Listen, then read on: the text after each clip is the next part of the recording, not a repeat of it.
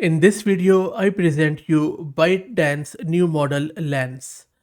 This is the video generation this model can do from text. You can also do video editing and lot of other things.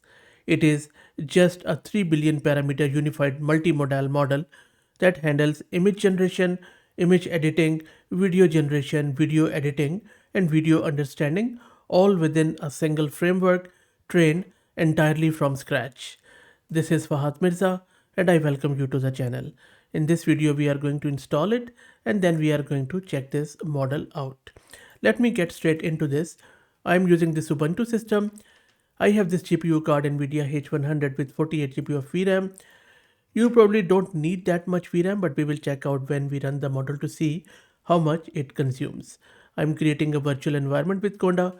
If you're looking to rent a GPU on very affordable price, you can find the link to Mass Compute in video's description with a discount coupon code of 50% for a range of GPUs. Next up, we need to git clone the repo and I will drop the link again in video's description. It is slightly larger repo as you can see. So let's wait for it. That's done. Now let me install all the prerequisites which include Torch, and then they also have provided this setup file. So let's run this.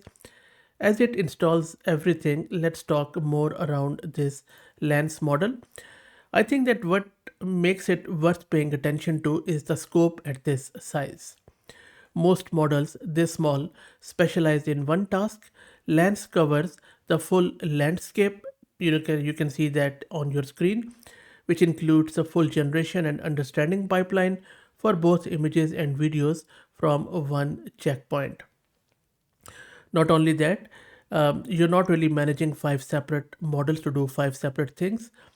If you look at the benchmarks, and I think they have shared some thing on here, it is quite interesting. It doesn't give you the full picture, but for some of the evals, it seems that it has beaten Janus Pro, Omni Gen 2, and Bagel and Intern VL on image generation and has outperformed Hanju on video, Ven 2.1, which was the most surprising thing for me, and Cog Video X on video generation.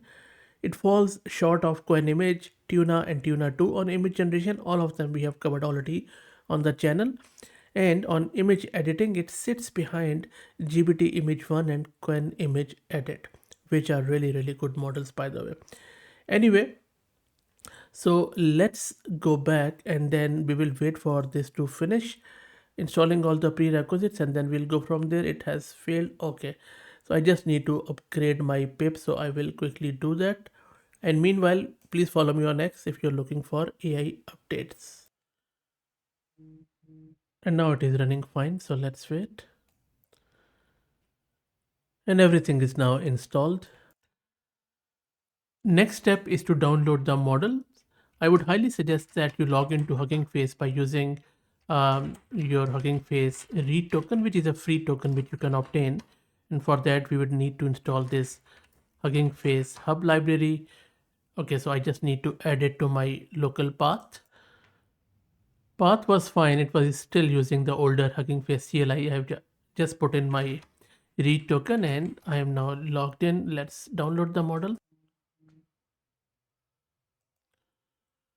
And it is going to download all of these models which we just discussed, and you can see the size on the disk. And the models are done. Now let's do the inference. And they have shared some inference scripts in their repo. I'm going to run them.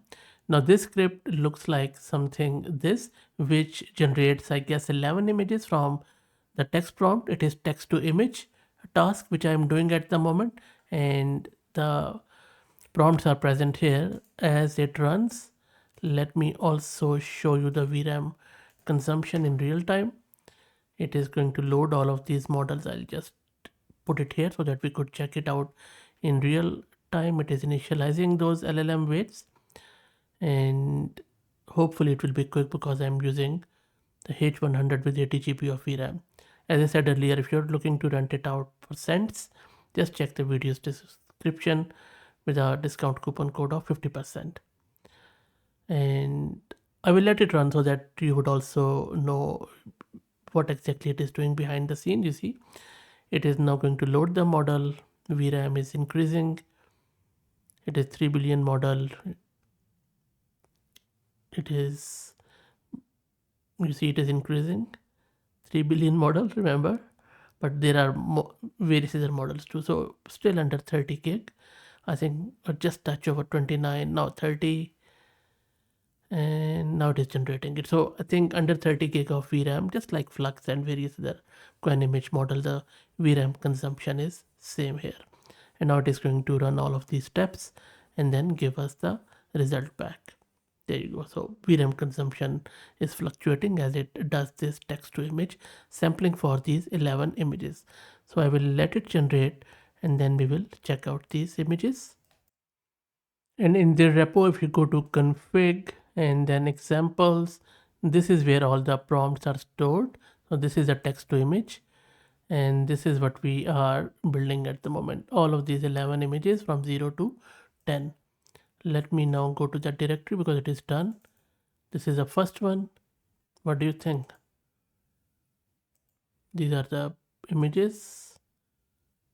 It is okay. The watercolor was really good. This one is also good one. This one looks a bit plasticky to me. So realism is not there that vividly.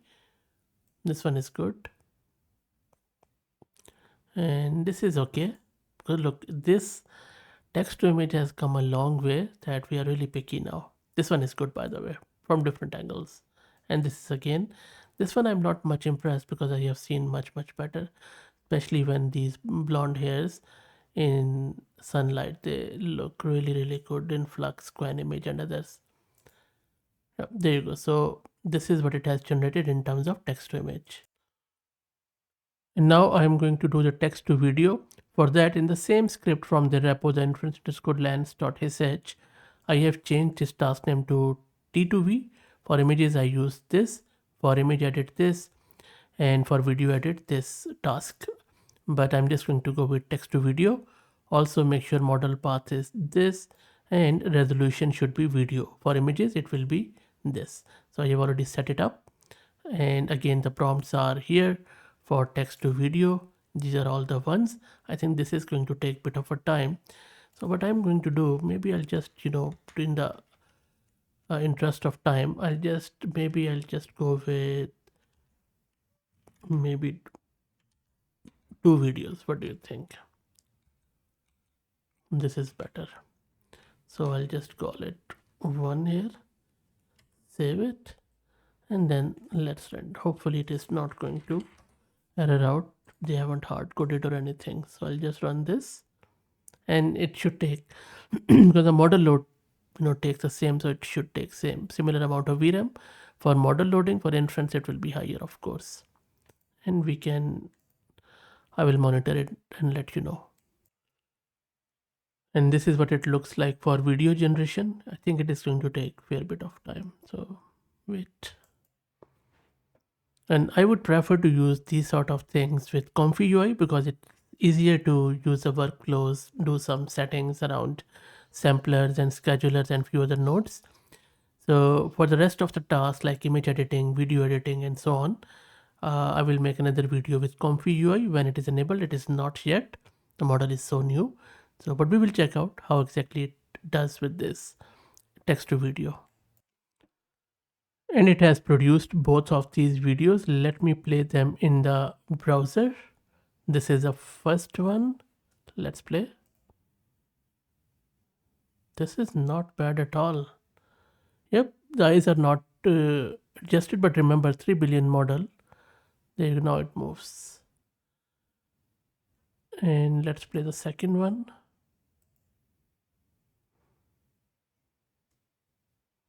Yeah, this is good. Again, yeah, that's pretty good.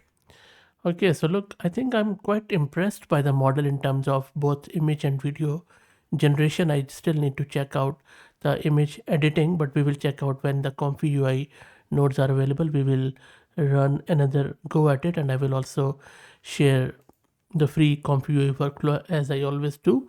So keep an eye on the channel. Please subscribe and become a member if you want to support, and follow me on X if you're looking for AI updates. Thank you for all the support.